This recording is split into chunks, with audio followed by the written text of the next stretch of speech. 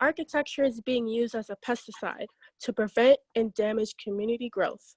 What types of damage does it inflict? I would argue that the lack of unity plays a huge role.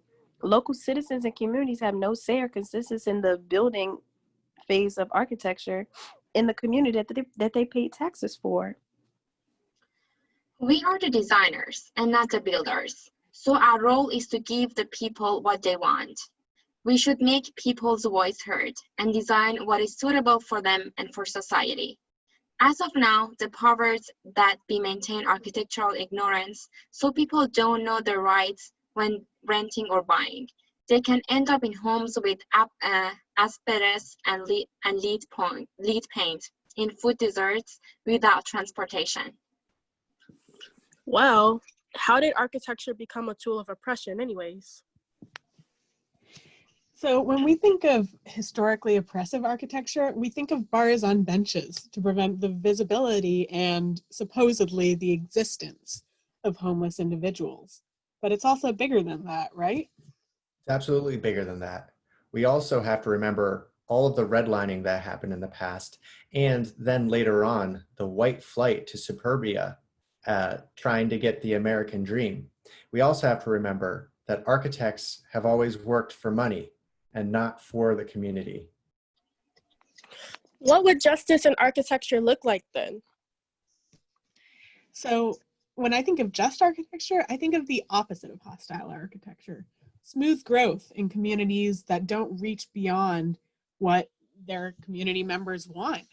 And beyond that, designing collaboratively with the community so they can control their built environment. And homes for all. So we can start building homes so that we can stop building homeless shelters. This might require the expansion of a definition of a home to include temporary and smaller structures. And it would also require that we create a surplus of housing. For me, architecture needs to fit to all the people, no matter of their sex, color, age, and more. Streets need to be cared for in all neighborhoods. Workshops should include everything, and we should work toward pedestrian-centric planning. So, how can we move towards that today, in the present? We can move towards that by updating our definition of community. We can also have more community engagement and have planning meetings at more opportune times so that everybody can attend.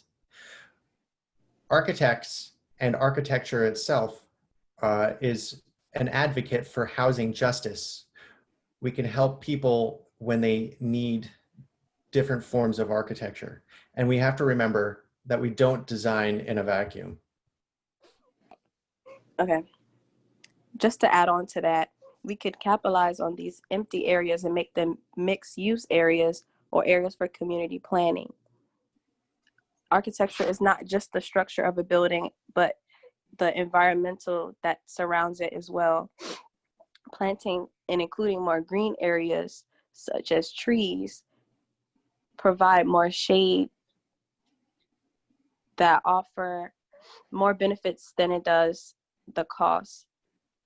We should also try to build for more local businesses versus major monopolies that prevent the unity of communities.